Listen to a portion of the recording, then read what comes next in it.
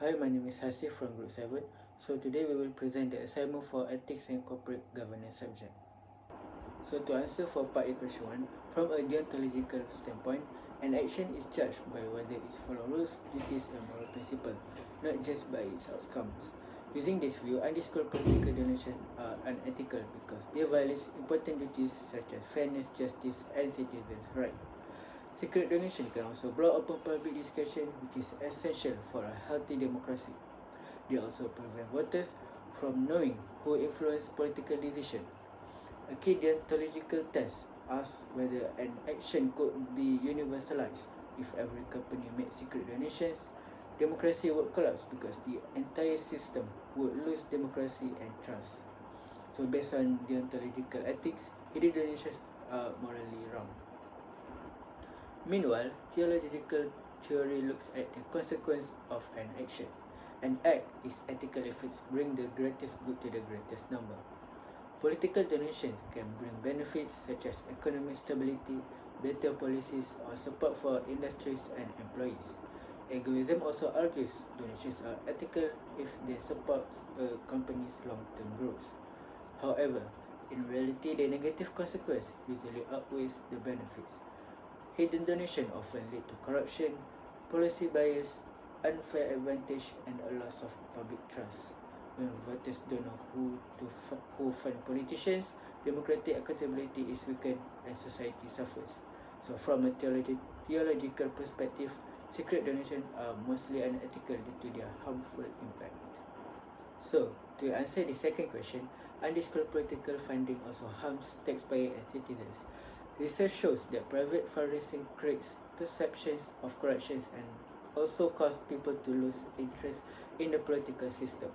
Many citizens feel politicians serve donors instead of voters.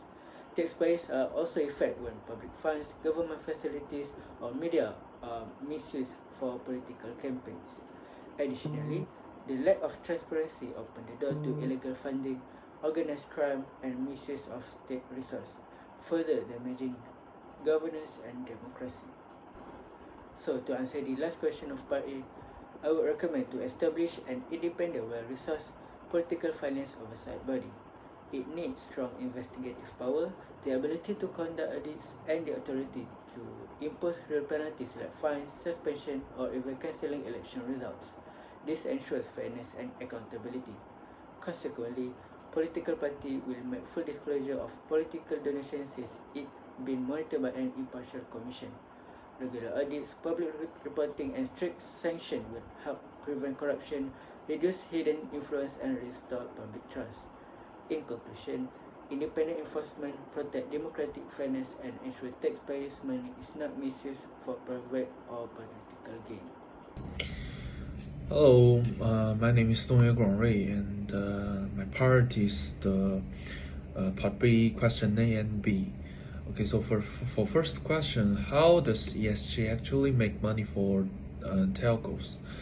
We basically said in the report, ESG is not just for show, it's really bringing values. Look, Cellcom DG last year, they saved RM 1.6 billion from the merger, made RM 12.7 billion revenue, and still kept all the good stuff from old DG like Yellow Heart project and help Kampong kids go online. That's the S. For E, they are pushing 5G that use less electricity and promised carbon neutral by 2050. Energy is like 20 to 25% of their bill, or save real cash. Strong governance also mean big funds love them and give cheaper loans. There's even a study just in 2019 that says every little bit better ESG score gives roughly 4% extra performance.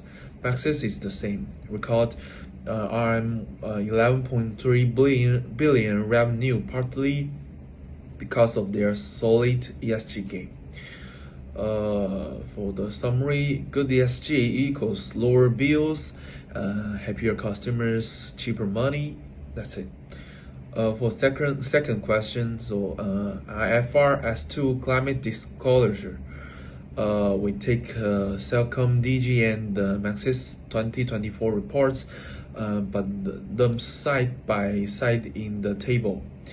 Cellcom DG score about 85%. They have proper board committee, did proper 1.5 degree and 2 degree scenarios. Report 1.2 million tons CO2.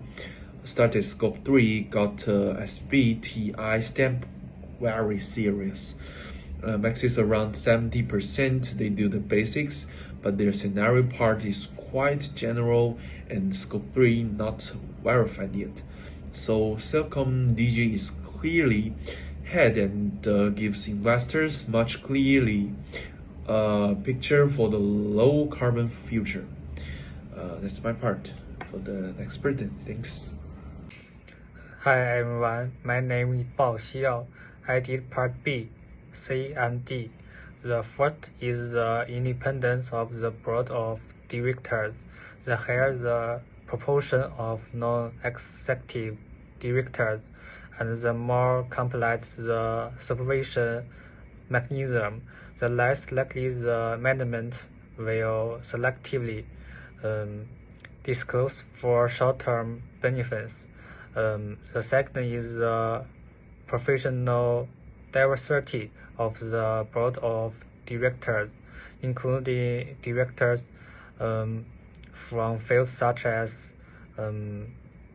environment, finance, and law, who can provide professional support for carbon accounting, risk assessment, and compliance review.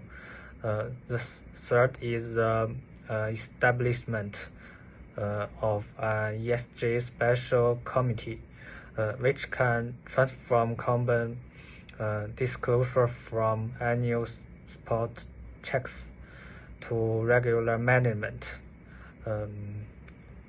Cellcom DG has achieved a more mature performance.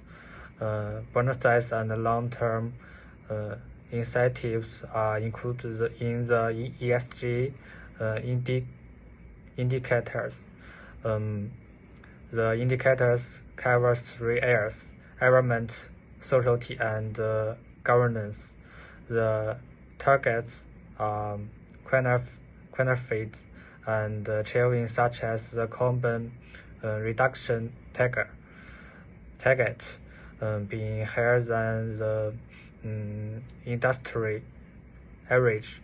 The estimate is held by the ESG committee, and the results are public disclosed. Masses has shortcomings. The ESG proportion is low, limited to short-term compensation. There is a lack of governance indicators. The target setting is relative conservative. The accumulation status is not transparently disclosed. 2 important factors. First, quantification and measurability. Avoid vague expressions and must set clear standards and quantitative indicators. Second, the goals should be both challenging and flexible. They cannot only motivate senior executives to improve performance, but also be adjusted according to places or market changes. Thank you.